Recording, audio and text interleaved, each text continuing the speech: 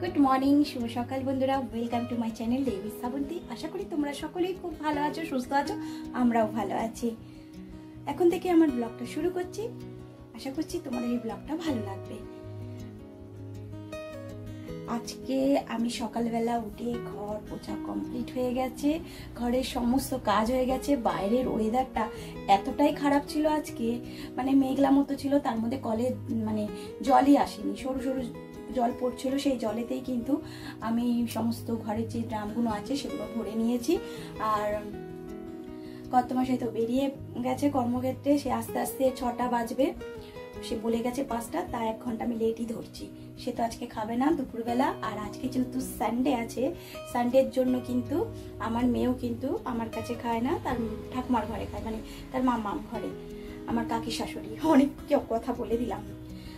আর কারণ যেহেতু ওর দাদার ছুটি থাকে সানডেতে, তার জন্য ওই ঘরে তার খাওয়া দাওয়া। আর আজকে আমি একাই খাবো, তার রাত্রিবেলা রান্নাটাও সেরে নিচ্ছি। আর চান তো করে দেখো চুলটাকে কোথায় তুলেছি, একেতে ছোট্ট পুচকির চুল, তার মধ্যে আমার টঙ্কাই তুলে রেখেছি। আজকে কিছু কাজ করব। আজকে ওয়েদারটা ভালো বলবো তা না, দেখছো থরথর করে ঘামছি, আর পাখা চালালে গ্যাঁ একটা আওয়াজ আসবে।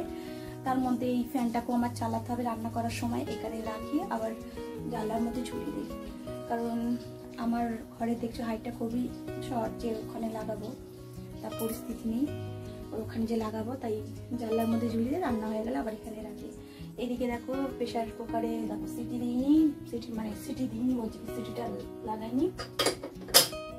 এখানে ডিম আলু সেদ্ধ বসিয়ে দিয়েছি, রাত্রিবেলা হবে। সানডে তো মাংস হয়, কিন্তু এই সানডে আর হবে না, যেহেতু সকালবেলা বেরিয়ে গেছে। আর এখন টিফিন খাবো ছাতু করে খাবো, তাই ছাতুর প্যাকেটটা কেটে নিয়েছি, কৌটোর মধ্যে ঢালবো। আর এখানে সমস্ত কিছু কেটে রেখেছি, চাটনি করব। আমটা দেখো পেকে গেছে, এই দেখো আমটা পেকে গেছে, পাকা আমেরই চাটনি করব। আমার মেয়ে টিফিন করে চলেও এসছে। কেন বললো জানো, ওর যা রেকর্ড হয়ে গেল, ও যেহেতু খাওয়া দাওয়া করে এসছে, ওর জন্য ঢেউটা তুলেছে, তাই তোমরা শুনতে পেয়েছি কিনা জানি না, কতটা শোনা গেছে সেটাই ও বলছে। তা চলো আমিও টিফিনটা করে নিই, তারপর তো জল আসবে, মেয়ে চান করবে, পুজো দেবে। আর ঘামছি দেখছো, এই দেখো গড়াচ্ছে না, মুখে কিছুই দেই না, ওই রোজ ওয়াটারটাই দিয়ে দিয়েছি। তা চলো এবার ফ্যানটা চালাবো, টপাটপ করে কাজগুলো করে নিই।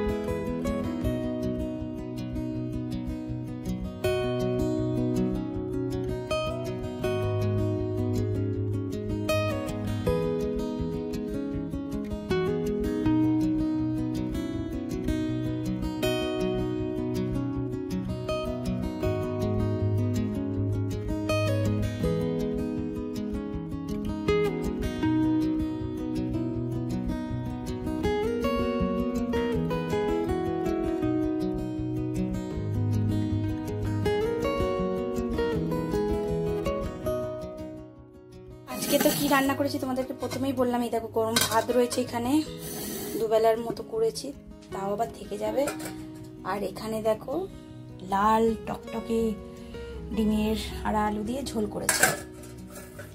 আর এখানে রয়েছে ভেন্ডি ভাতে, কাঁচা পেঁয়াজ রয়েছে, আর এখানে রয়েছে চাটনি। হাতটা ধুয়ে দেখাচ্ছে, এটা যেহেতু নিরামিষ রয়েছে তাই হাতটা তো এটো হয়ে গেল না। এখানে দেখো কড়াটা রয়েছে, এটা পরে মাজবো, সাবান মাখিয়ে রেখেছি। চলো হাত ধুয়ে চলে এলাম। এই দেখো চাটনি, চাটনির ওপরে ভাজা মশলা ছড়িয়ে দিয়েছি। এটা আমের চাটনি, ভাজা মশলাটা দিলে কিন্তু খুব ভালো লাগে। এটা ভাজা মশলাটা কি বলতো, 5 ফোড়ন একটু শুকনো কড়াইতে একটু মানে ভেজে নিয়েছি, তারপরে গুঁড়ো করে নিয়েছি। প্রচুর খিদে পেয়েছে, একা খাবো, মেয়ে তো চলে গেছে খেতে মামামের ঘরে। এরপর আমিও আমার ভাতটা বেড়ে নেই।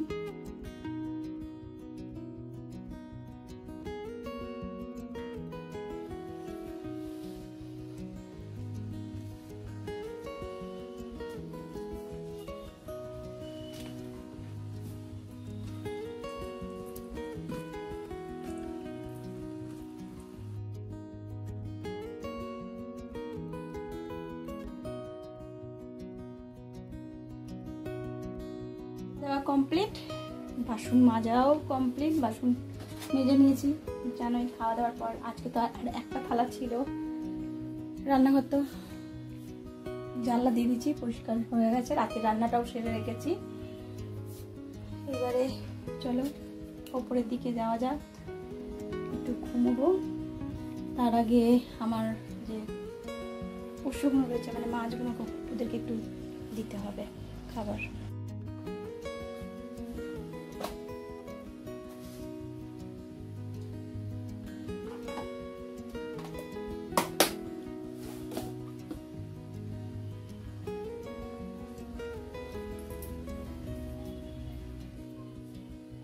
দেওয়া হয়ে গেছে, এবার পাম্পটা চালিয়ে ওপরে চলে যাবো। নাহলে না ভুলে গেলে ব্যাস, খাবারগুলো দিয়ে পাম্পটা যদি না বন্ধ করি ওরা খেতে পারে না, বুলবুলিগুলো ওঠে। কি সুন্দর খাচ্ছে, ওরা বোঝে যখন খেতে দেয় না তখনই ওরা ওপরের দিকে উঠে যায়। চলো একটু তোমাদেরকে কাজ দিয়ে দেখাই। যখন বাড়িতে কেউ থাকে না তখন কিন্তু আমি এই সিঁড়িতে বসে এই অ্যাকুয়ারিয়ামের দিকে তাকিয়ে থাকি। আর আমার মেয়ে বলে, বিড়াল তুমি যে মাছগুলোর দিকে তাকিয়ে থাকো? ভালো লাগে, এরা খেলা করে কি সুন্দর বলো। দেখো খাবারগুলো দিয়েছি, খাচ্ছে। তাহলে চলো বন্ধুরা, এখানেই আমি ভিডিও শেষ করছি। আমার ভিডিও তোমাদের যদি ভালো লাগে অবশ্যই লাইক কমেন্ট করো। আর আজকে যদি কোনো নতুন বন্ধু প্রথমবার আমার ব্লগ দেখছো, ব্লগের কোনো অংশ যদি তোমাদের ভালো লাগে অবশ্যই লাইক কমেন্ট করে সাবস্ক্রাইবটা করো। সাবস্ক্রাইব করতে ভুলো না প্লিজ।